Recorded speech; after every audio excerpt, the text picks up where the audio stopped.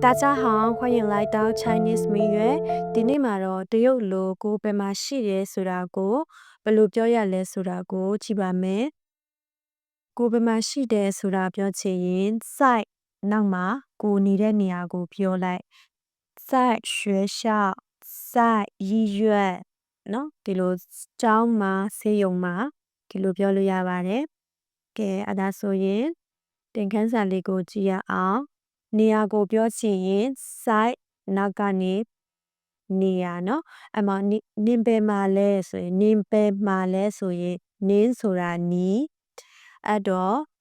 နေရာကိုမေးချင်တဲ့ခါကျတော့ site နားလီဆိုတာပဲမှာလဲနီဆိုင်နားလီနီဆိုင်နားလီနင်ပဲမှာလဲအဲ့တော့ကိုကပြန်ပြောတဲ့ခါကျတော့ငါဆိုတာ我在学校ငါကျောင်းမှာဆိုရင်ငါကျောင်းမှာရှိတယ်啊，所以我在学校，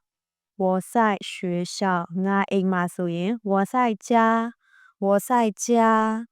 ဆိုင်နောက်မှာကိုရှိတဲ့နေရာကိုပြောလိုက်ရုံပဲနော်ငါရန်ကုန်မှာဆိုလို့ရှိရင်我在阳光，我在阳光အဲ့လိုနော်အဲ့တော့ငါ coffee ဆိုင်မှာဆိုလို့ရှိရင်我在咖啡店，我在咖啡店，咖啡ဆိုတာ coffee 店ဆိုတာဆိုင်အဲ့တော့ငါ coffee ဆိုင်မှာဆို我在咖啡店我在咖啡店ငါအလုပ်မှာဆိုလို့ရှိရင်လေ我在工作我在工作နော်အဲ့လိုပြောလို့ရတယ်နောက်တစ်ခုကငါတစ်ခုခုကိုလုပ်ချင်တယ်ငါတစ်ခုခုလုပ်ချင်တယ်စားချင်တယ်တင်ချင်တယ်ဆိုလို့ရှိရင်想နဲ့တွေ့想ဆိုတာချင်တယ်တရုတ်လိုနော်想我想吃饭ငါထမင်းစားချင်တယ်我想吃饭ထမင်းစားချင်တယ်吃饭ဆိုတာထမင်းစားတယ်အဲ့တော့ငါထမင်းစားချင်တယ်ဆိုတော့我想吃饭ငါရေတောက်ချင်တယ်ဆိုရင်我想喝水我想喝水ငါရေတောက်ချင်တယ်အော်ငါတရုတ်စာသင်ချင်တယ်ဆိုရင်ရော学习ဆိုတာသင်ယူတယ်中文ဆိုတာတရုတ်စာ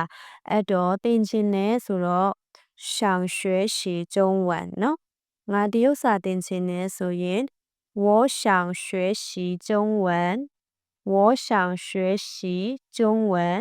ငါတရုတ်စာသင်ချင်တယ်နော်我也是ငါရောပဲပေါ့နော်我也想学习中文ငါလည်းတရုတ်စာသင်ချင်တယ်ပေါ့နော်ဒီလိုမျိုးဆိုရင်ဒီနေ့မှာ在ကိုဘယ်မှာရှိလဲဆိုတာပြောချင်ရင်在နေရာကိုတုံးပြီးပြောနိုင်တယ်လို့ငါတခုခုလုပ်ချင်တယ်စားချင်တယ်ဆိုလို့ရှင်လဲ想ရဲ့နောက်မှာကိုလှုပ်ချင်တဲ့အရာကိုပြောနိုင်တယ်想吃饭想喝水想学习中文နော်ကဲဒါဆိုရင်ဒီနေ့ကတော့ဒီလောက်ပါပဲ谢谢大家再见